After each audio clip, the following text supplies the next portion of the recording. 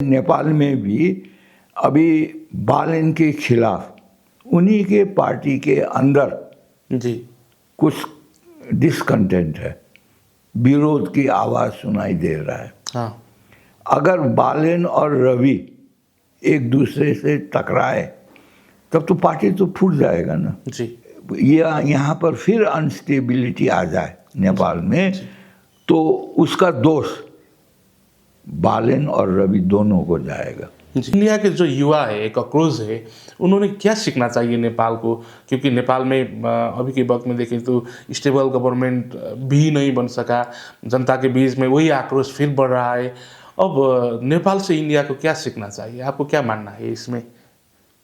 आप लोग गलत फहमी है। नेपाल से इंडिया को सीखने के लिए कुछ भी नहीं है। फिर भी जैसे नेपाल में प्रोटेस्ट क्यों? हुआ, उससे इंस्पायर होकर वो लोग भी कह रहे हैं कि हम भी संसद जला देंगे और नेपाल बना देंगे। वो लोग ऐसा बोल रहे हैं ना। जला तो नहीं पाया ना। बालन जी का भारत विजिट होने के चांसेस मैं कम देख रहा हूँ जी and that is very harmful to Nepal.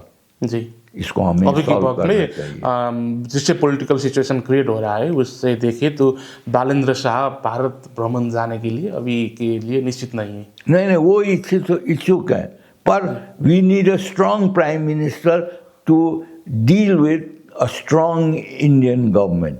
हम 5 मिनट में संसद को आग लगा देंगे, अब नेपाल हो जाएगा, ये बोलने वाले लोग भी वहाँ पर थे। ये देखकर मुझे लगा वो लोग जो प्रोटेस्ट कर रहे हैं वो नेपाल के जो जेनजी प्रोटेस्ट थे उनसे इंस्पायर होकर ये आंदोलन कर रहा है, ऐसा दिखा।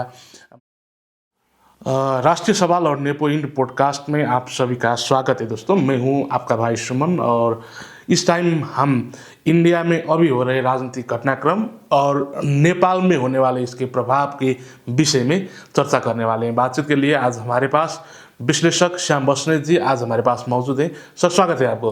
धन्यवाद। जैसे कि अभी के वक्त में इंडिया के दिल्ली में जो कल दंगा हुआ, एक किस्म का कॉकरोच जनता पार्टी जो जेनजीवी थे वो लोगों ने संसद के पास जो हंगामा किया, मोदी जी को संसद छोड़ के भागना पड़ा। क्या है ये, क्यों ऐसा हो रहा है? क्या अब नेपाल का जेनजी प्रोटेस्ट अब इंडिया के तरफ हो रहा है, क्या है ये? अच्छा सुमन भाई, किसने कहा कि मोदी जी भागे? मोदी जी नहीं भागे थे ना जी। हमें नेपाली लीडरशिप को भारत से सीखना चाहिए। हाँ कम से कम डेमोक्रेसी कैसे चलता है, मल्टी पार्टी सिस्टम कैसे चलाना चाहिए। कल जो भारत सरकार ने किया जी, उन्होंने एक भी गोली नहीं चलाई, कोई किसी हताहत भी किसी का नहीं हुआ, कोई नहीं। बहुत सारा युवाओं को लाठीचार्ज किया, बहुत सारे लाठीचार्ज तो वहाँ का जो पॉपुलेशन है उसके हिसाब से कुछ भी नहीं है, वो कुछ भी नहीं है जी। पर जिस तरह से उन्होंने थ्रू डायलॉग उसको सॉल्व किया, मेरे ख्याल से वो शाम तक तो सॉल्व हो चुका था। मैं तो उसको लाइव देख रहा था दिन भर जी, क्योंकि आई वॉज इंटरेस्टेड। तो मैं देख रहा था हमारे यहाँ भी आज से 10 महीने पहले जो जेनजी आंदोलन हुआ था उसमें अगर हमारा गवर्नमेंट स्टूडेंट्स को वार्ता के लिए बुलाता, डायलॉग के लिए बुलाता और उसका कोई हल निकाल देता तो हमारे यहाँ आज इस तरह का सरकार भी नहीं होता। हाँ। पर इसको इसलिए हम लोग कनेक्ट कर रहे हैं हमारे नेपाल के पॉलिटिक्स से, ताकि कल जो है जी, जो अभी डिसकंटेंट अभी नेपाल में चारों तरफ बढ़ रहा है इस गवर्नमेंट के अगेंस्ट, उसको कंट्रोल करने के लिए फोर्स यूज़ नहीं करना चाहिए जी, और डायलॉग यूज़ करना चाहिए। अभी तक उस चीज़ का कमी है। अभी तक हमारे यहाँ जो प्राइम मिनिस्टर हैं बालन शाह, उन्होंने डायलॉग तो शुरू किया है पर व्यापारियों से किया है जी, कुछ पॉलिटिकल पार्टी से शुरू कर रहे हैं। वो लोग जो इफेक्टेड पॉपुलेशन है उनसे इनको बात करना चाहिए क्योंकि प्रॉब्लम तो उसके पास है ना जी। जब तक आप प्रॉब्लम को फेस नहीं करोगे तब तक आप स्टेबिलिटी कायम तो नहीं कर सकते हो ना, जी दैट इज़ अ फैक्ट। और एक दूसरा इंसिडेंट है जो मैं आज यहाँ कोट करना चाहता हूँ। कल इंग्लैंड में हाँ लीडरशिप चेंज हो गया, प्राइम मिनिस्टर चेंज हो गया। It was with in the party.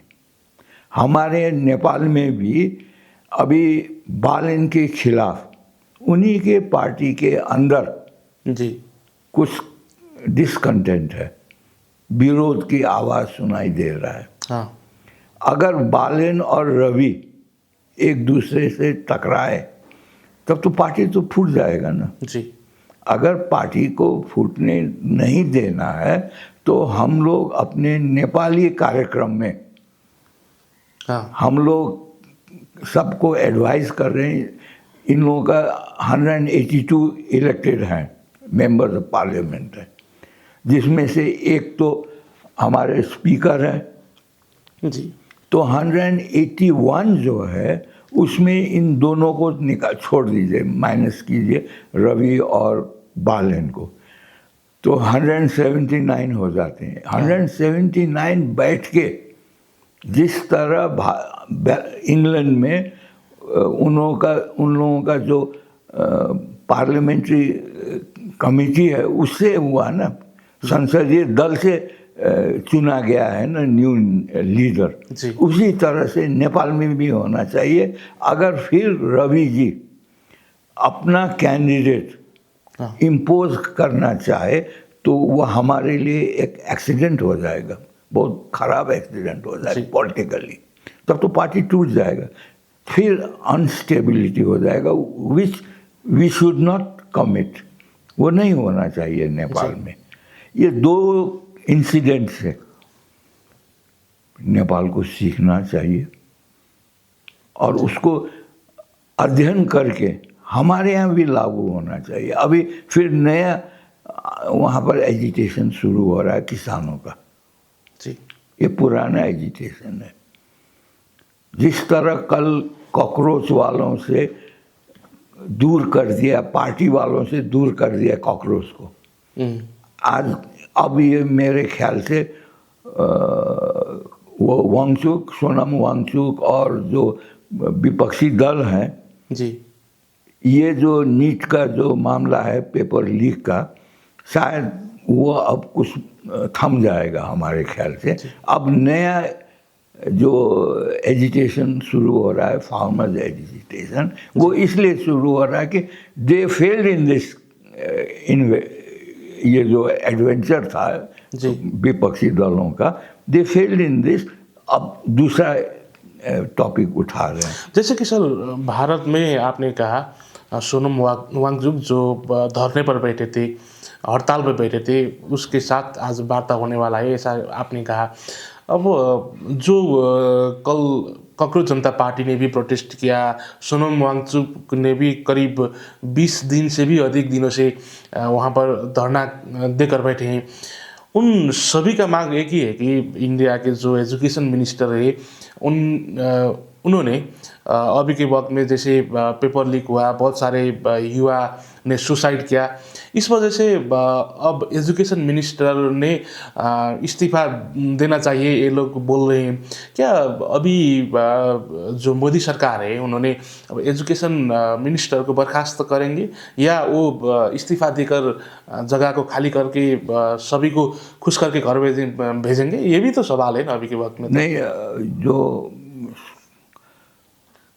जहाँ तक सोनम वांगचुक की बात है, मैं नहीं समझता हूँ कि सरकार उनसे बात करेगा, क्योंकि जो एजेंडा था वो तो कॉकरोच वालों ने उठाया था ना। जी। जब कॉकरोच वाला से बात हो रहा है तो सोनम वांगचुक इज साइडलाइन, उससे बात करने का तो कोई सवाल ही नहीं है।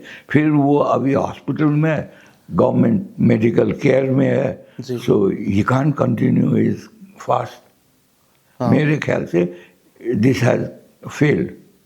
अब ये लोग जाके कंसंट्रेट करेंगे फार्मर्स एजुकेशन में। जी। और जो बात अभी आपने उठाया सुमन भाई ने, कि हमारे वहाँ के शिक्षा मंत्री राजीनामा रिज़ाइन करेंगे या नहीं करेंगे, one of the agenda topics है, शर्त है उन लोगों का, कंडीशन है कॉकरोच का भी। तो शायद 4-5 उन लोगों का डिमांड है, उसमें से अगर 3 मान जाए तो और एक छोड़ दें, कॉम्प्रोमाइज़ तो होता है ना। डायलॉग का मतलब है कि 100% अगर गवर्नमेंट मान ले या 100% जो एजिटेशन करने वाले मान जाए तो फिर डायलॉग का क्या बात है। मेरे ख्याल से प्रधान है वहाँ के जो education minister, I don't think he will resign. Maximum अगर कोई एक्शन ले सरकार तो उनको दूसरे मंत्रालय में शिफ्ट करके कोई दूसरा ले आए, पर मैं उसका भी बहुत कम चांस देख रहा हूँ, क्योंकि जब अधिकांश मांगे पूरी हो जाएगी कॉकरोच वालों, उन लोगों को भी फेस सेविंग चाहिए ना जी। तो फेस सेविंग के लिए दोनों को विन विन चाहिए। अभी के वक्त में तो युवा पुस्ता में एजुकेशन मिनिस्टर के खिलाफ जो आक्रोश दिखा गया, कल मैंने देखा एक आदमी बोल रहा था, युवा बोल रहा था, हम 5 मिनट में संसद को आग लगा देंगे, अब नेपाल हो जाएगा, ये बोलने वाले लोग भी वहाँ पर थे। ये देखकर मुझे लगा वो लोग जो प्रोटेस्ट कर रहे हैं वो नेपाल के जो जेनजी प्रोटेस्ट थे उनसे इंस्पायर होकर ये आंदोलन कर रहा है, ऐसा दिखा। बहुत सारे जगह से युवा लोग वहाँ पर जो जंतर मंतर पे ये प्रोटेस्ट हुआ था वहाँ पर आया था।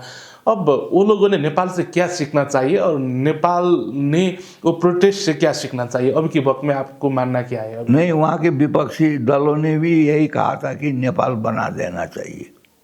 हाँ, समझे ना, तो नहीं हुआ ना। आखिर वो कल का जो एजिटेशन था, जो विद्रोह था, वो तो ख़त्म हो गया ना, शामी को ख़त्म हो गया। अब डायलॉग में जब उतर गया तो फिर ये सब करना बेकार है। हमें लगता है नेपाल में आप लोगों को नेपाली मीडिया की तरफ से ऐसे ऐसे क्लिप्स दिखाए जाते हैं जिससे लगे कि अभी मोदी जी भाग गए हैं या भारत सरकार कमज़ोर हो गया, क्योंकि हमारे यहाँ जो लीडरशिप है, जो पॉलिटिकल जो लीडर्स हैं जी, उन लोगों के बीच में ये एंटी मोदी और एंटी भारत, उन लोगों का नैरेटिव ही यही है ना। जी, धीरे धीरे मेरे ख्याल से कुछ सालों में या कुछ महीनों में ये हट जाएगा, जब हमें वास्तविकता हमारे जनता को पता चल जाएगा। और जो नया वर्ल्ड ऑर्डर आ रहा है, अभी खाड़ी युद्ध जो है एक डेंजरस मोड में है, उससे हमें इफेक्ट अवश्य पड़ेगा, पड़ना शुरू भी हो गया है जी, पहले से ही। तो भारत जिस तरह अपने को अपना स्टैंड लेगा, चाइना को भी किसी न किसी रूप में भारत को साथ देना पड़ेगा ही। और जब चाइना और भारत में एक अंडरस्टैंडिंग हो जाए तो नेपाल में पॉलिटिकल स्टेबिलिटी आ जाएगा मेरे ख्याल से। जी, जैसे भारतीय मीडिया भी कह रहा है कि कल जो कॉकरोच की प्रोटेस्ट हुआ था उसमें जिस तरह से उन लोगों ने वहाँ के संसद के पास जाया गया, बैरिकेड तोड़ दिया, जो वहाँ पर वो भीड़ हिंसात्मक हो गए थे, उसकी वजह से मोदी जी को पार्लियामेंट छोड़कर जाना पड़ा, ऐसा बोल रहे हैं। अब जैसे ये हो रहा है, अब नेपाल में तो जैसे प्रोटेस्ट हुआ उसके बाद अभी के वक्त में नेपाली लोगों को बहुत दिक्कत हो रहा है। अब इंडिया के जो युवा है, कॉकरोच है, उन्होंने क्या सीखना चाहिए नेपाल को? क्योंकि नेपाल में अभी के वक्त में देखें तो स्टेबल गवर्नमेंट भी नहीं बन सका, जनता के बीच में वही आक्रोश फिर बढ़ रहा है। अब नेपाल से इंडिया को क्या सीखना चाहिए, आपको क्या मानना है इसमें? आप लोग गलत फहमी है, नेपाल से इंडिया को सीखने के लिए कुछ भी नहीं है। फिर भी जैसे नेपाल में क्यों प्रोटेस्ट हुआ उससे इंस्पायर होकर वो लोग भी कह रहे हैं कि हम भी संसद जला देंगे और नेपाल बना देंगे, वो लोग ऐसा बोल रहे हैं ना। जला तो नहीं पाए ना जी, उन लोगों को, वो लोग पार्लियामेंट के नज़दीक भी नहीं पहुंच पाए। जी, जलाना तो दूर की बात है। ये जो अभी न्यूज़ आप लोगों को दिखाई दे रहा है, आप लोग भी वही न्यूज़ देखते हैं जिसमें आपको इंटरेस्ट हो, जी थोड़ा एक्साइटिंग हो। मोदी जी भाग गए, ये बहुत एक्साइटिंग है ना। जी तो मोदी जी तो नहीं भागे ना। मैं तो सुमन भाई को कह रहा हूँ कि मैं तो उसको दिन भर देखता रहा, लाइव देखता रहा टीवी में। जी तो मैं तो अपने आंखों पर विश्वास करूँगा ना, मैं नेपाली मीडिया पर तो विश्वास नहीं नेपाली करूँगा। नहीं, इंडियन मीडिया ने भी कहा था। नहीं, इंडिया में भी दोनों तरफ के मीडिया है ना। जी क्योंकि जिस शक्ति ने कॉकरोचों को सपोर्ट किया, जी केजरीवाल ने किया, राहुल गांधी ने किया, अखिलेश ने किया, आरजेडी ने किया, और सब ने किया। डीएमके ने नहीं किया, लेफ्ट पार्टीज ने किया, नक्सलाइट्स ने किया। So there was a force behind it. जी जब उस फोर्स से कांग्रेस पार्टी को अलग कर दिया भारत सरकार ने, तब तो वो तो फोर्स तो पीछे रह गया, और इंजन तो बैठ के तो नड्डा जी से तो कॉम्प्रोमाइज़ कर ही रहा था ना। जी तो वो तो ख़त्म हो गया ना। इससे नेपाल को सीखना चाहिए, क्योंकि अब आने वाले दिनों में बालेन सरकार के विरुद्ध इस 4 महीने में कोई खास डिलीवरी जी आम जनता को नहीं मिला है। उसका जो आक्रोश है, हाँ अगर वो सड़क में आ जाए दशें के करीब, क्योंकि अभी हमारे यहाँ बरसात है, बरसात में तो एजिटेशन होता नहीं है हमारे यहाँ। फिर उसके बाद दशहरा है, दशहरा में कोई एजिटेशन के लिए निकलता नहीं है। तो दशहरे के बाद जी इस तरह का एजिटेशन होने का बहुत प्रबल आसार दिखाई दे रहा है मुझे।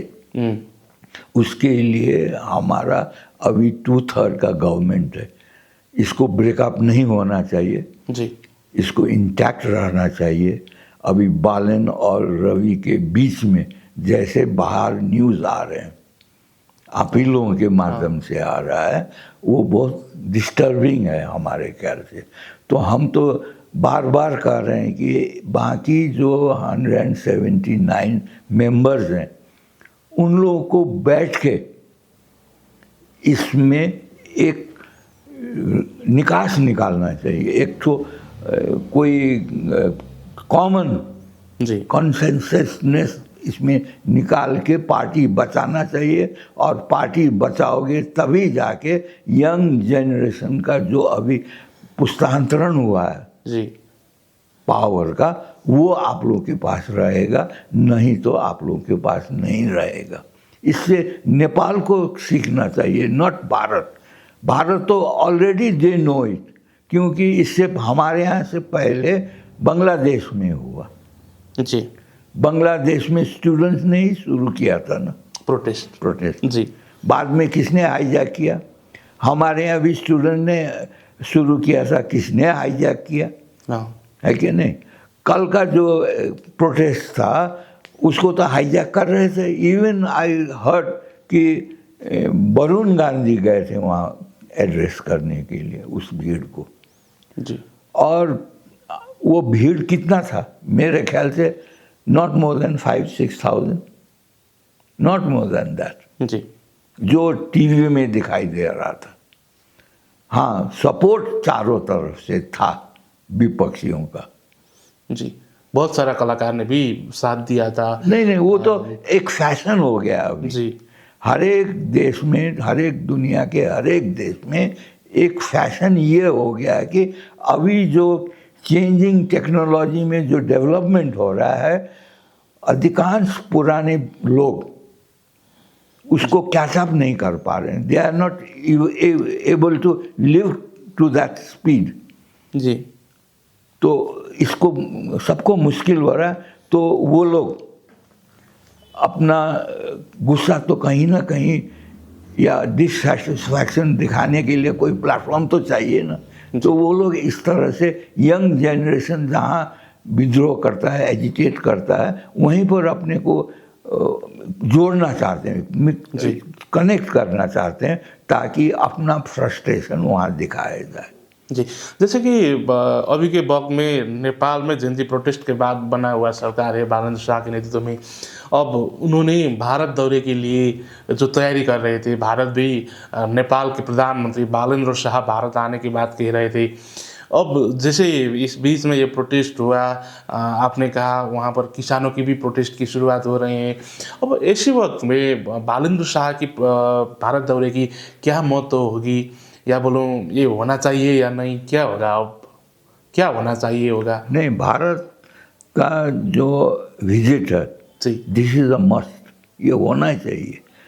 कल एक अच्छा खबर आया है कि कलकत्ता से, हाँ। कलकत्ता पोर्ट से एक ट्रेन, गुड्स ट्रेन सीधे विराटनगर आ विराटनगर गया। तक। जी। उससे टाइम और मनी दोनों का बचत है। हाँ। तो भारत तो हमें कनेक्टिविटी का तो फैसिलिटी तो दे ही रहा है ना। जी। अब उस फैसिलिटी को, उसका जो प्रॉफिट है वो आम आदमी को मिलता है कि नहीं मिलता है? सिर्फ इंडस्ट्रियलिस्ट, व्यापारी ही उसमें लूट बचा है। अभी तक तो यही हुआ है ना। जी। ये अगर हमारा गवर्नमेंट उस पे ध्यान न दे, ये जो अभी बेनिफिट हुआ है डायरेक्ट ट्रांसपोर्टेशन से, जी। उसे पैसा का किफ़ायती हुआ है और समय का भी बचत हुआ है। दोनों बचत को आम पब्लिक में उसका असर पड़ता कि नहीं पड़ता, बेनिफिट मिलता कि नहीं मिलता। प्रॉब्लम इसी में है नेपाल में। हमारे यहाँ क्या है कि अभी भी हमारे प्राइम मिनिस्टर जी। अब थोड़ा सा अपने को बाहर निकाल रहे हैं। हाँ। अपने कमरे से, बंद कमरे से जी। बाहर निकल रहे हैं। बातचीत के लिए बाहर। हाँ। तो किससे मिल रहे हैं? व्यापारियों से मिल रहे हैं, जी। जो मिडिल क्लास है, और उससे ऊपर वाले से मिल रहे हैं। हमारे मिडिल क्लास से नीचे और 3 क्लास हैं हमारे नेपाल में। जी। एक लोअर मिडिल क्लास, एक पुअर क्लास, और एक पॉवर्टी लाइन के नीचे का क्लास। जी। और इसका जो परसेंटेज है हमारा पॉपुलेशन में, इट इज़ मोर देन 75%। जी। ये गवर्नमेंट ने उसको इग्नोर किया है अब की बार की बजट में। जी। और इस गवर्नमेंट ने अभी भी उन लोगों से कनेक्शन स्थापित नहीं किया। चुनाव के बाद, जी। चुनाव के बाद 4 महीने से अधिक हो गया। इस चीज़ से इस गवर्नमेंट को भारी नुकसान हो गया। इसीलिए तो अभी लीडरशिप चेंज का बात उठ रहा है नेपाल में भी। नेपाल में। जी। अब ऐसी वक्त में भी बालेन्द्र शाह भारत दौरे के लिए अब भारत ने भी निमंत्रण देने की बात चल रही है। भारत ने तो अब नेपाल के प्रधानमंत्री बालेन्द्र शाह भारत के भ्रमण के लिए आने वाले हैं, ऐसा न्यूज़ भी चल रहे हैं। नेपाल में भी उसके बाद चल रहे हैं। अब ऐसे वक्त में जैसे आपने कहा, नेपाल में अभी भी पॉलिटिकल अनस्टेबल सिचुएशन है। कभी भी बालेन्द्र शाह की सत्ता छाड़ने के लिए मजबूर होने वाले हैं, ऐसा आप लोगों ने कहा है। अब ऐसे वक्त में भारत दौरे की क्या महत्व होगी? अब भारत जाने के बाद क्या बालेन्द्र शाह के नेतृत्व में ये सरकार रिस्टेबल हो जाएगा? क्या होगा इसमें? देखो सुमन भाई, पॉलिटिकल स्टेबिलिटी तो आ गया जी। लेकिन इस पॉलिटिकल स्टेबिलिटी को, ये जो पार्टी के अंदर जो टकराव है, जी। पार्टी के भीतर स्टेबिलिटी नहीं दिखाई दे रहा है। राष्ट्रीय स्वतंत्र पार्टी के ऑफ अंदर। कोर्स। जी। उससे जो जनता ने 2/3 मेजॉरिटी दिया है इस पार्टी को, हाँ। उसमें दरार आ रहा है ना। उसके कारण अगर यहाँ पर फिर अनस्टेबिलिटी आ जाए नेपाल में, तो उसका दोष बालेन और रवि दोनों को जाएगा। जी। इसलिए मैं कह रहा हूँ अपने नेपाल के कार्यक्रम से हमारा काम तो पॉलिटिक्स समझा देना है, जी। ताकि क्या हो रहा है, क्या होना चाहिए, आम पब्लिक समझ ले। इसीलिए भी हम लोगों का प्रयास और आप लोगों के सहयोग से ये 2/3 मिला है इस गवर्नमेंट को। जी, बिल्कुल। तो अगर पार्टी के अंदर स्टेबिलिटी न हो तो देश में तो स्टेबिलिटी होगा ही नहीं ना। हाँ। इस चीज़ को नज़रअंदाज अगर दोनों नेता या 179 remaining member of parliament Swatantra Party के, अगर वो लोग इग्नोर करे, then that will take us toward accident. हमारे यहाँ एक बहुत बड़ा पॉलिटिकल दुर्घटना हो जाएगा। उस स्थिति में अपना पार्टी को स्टेबल किए बगैर अगर बालन जी हमारे प्राइम मिनिस्टर भारत जाते हैं और वहाँ जो भी एग्रीमेंट करे, I think that will not have a sound basis. जी, फाउंडेशन उसका साउंड नहीं होगा।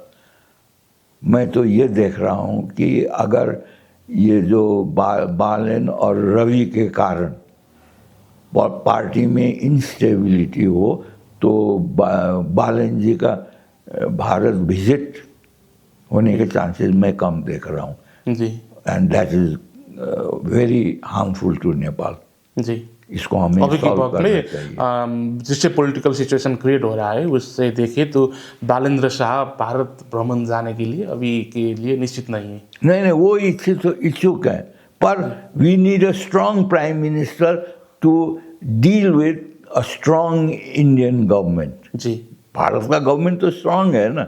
मोदी जी तो लास्ट 12 ईयर से वो शासन कर रहे हैं। अभी और दूसरा चुनाव भी जीतने का उनका लक्ष्य है। जी, इस मॉनसून सेशन में उनके 3-4 बिल्स हैं जिसको पास कराना है उनको, जी, जिसमें 2/3 की ज़रूरत है। एनडीए के पास 2/3 नहीं है, जी, तो 2/3 आने का चांसेस है, बहुत चांसेस दिखाई दे रहा है। अगर वो सॉल्व कर लें मोदी जी, तो उसके लिए भी नेपाल में स्टेबिलिटी चाहिए। तो हम क्या सुन रहे हैं कि अभी हल्ला हो रहा है बाहर कि बालन शाह 1-to-1 मीटिंग कर रहे हैं भारतीय एम्बेसडर से।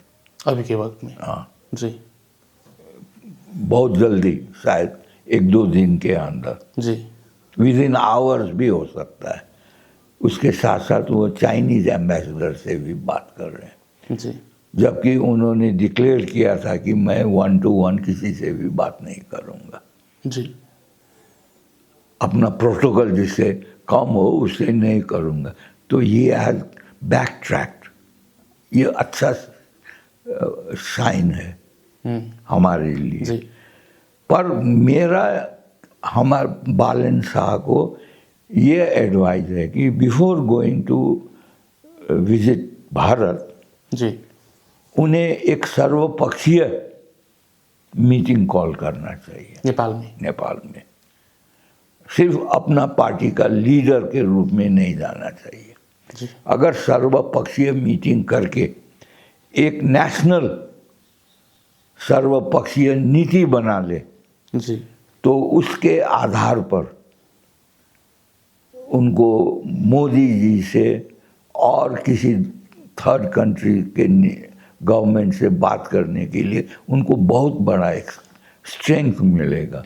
जी, जब आप किसी से डायलॉग में बैठते हैं तो अपना पोजीशन क्लियर होना चाहिए। जब तक आपका पोजीशन साउंड न हो, तब तक आपको बातचीत में नहीं बैठना चाहिए। ये मेरा मानना है। जी, तो उन्हें अगर बालन जी ये सर्वपक्षीय एक मीटिंग रख ले नेपाल में, उससे उनके पार्टी के अंदर का भी जो विरोध है वो भी मत्थर हो जाएगा जी, और एक नेशनल कॉन्सेंसस का एक आधार बन जाएगा।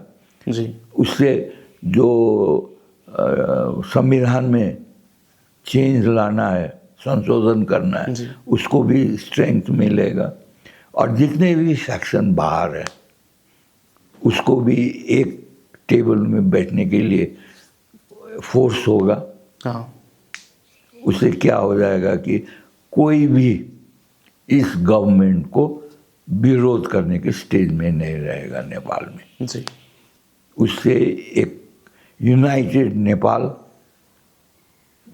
भारत से बात करेगा या चाइना से बात करेगा या अमेरिका से बात करेगा। जी डायलॉग जब भी हो। हाँ और जब हम लोग देश एक रूप में खड़े हो जाए, सबका एक ही अगर राय हो जाए, तो हमारे इंटरफेरेंस भी नहीं होगा। जी हम तो चाहते हैं ये गवर्नमेंट किसी भी विदेशी का इंटरफेरेंस को अवॉइड करके अपना फॉरेन पॉलिसी बनाए। नॉन इंटरफेरेंस का फॉरेन पॉलिसी होना चाहिए, नॉन अलाइन का नहीं। जी जी सर, आपने महत्वपूर्ण समय देकर आज हमारे साथ बातचीत किया। इंडिया और नेपाल के बारे में हमने कुछ जानने को मिला। इस समय के लिए आपको बहुत सारा धन्यवाद सर। Thank you.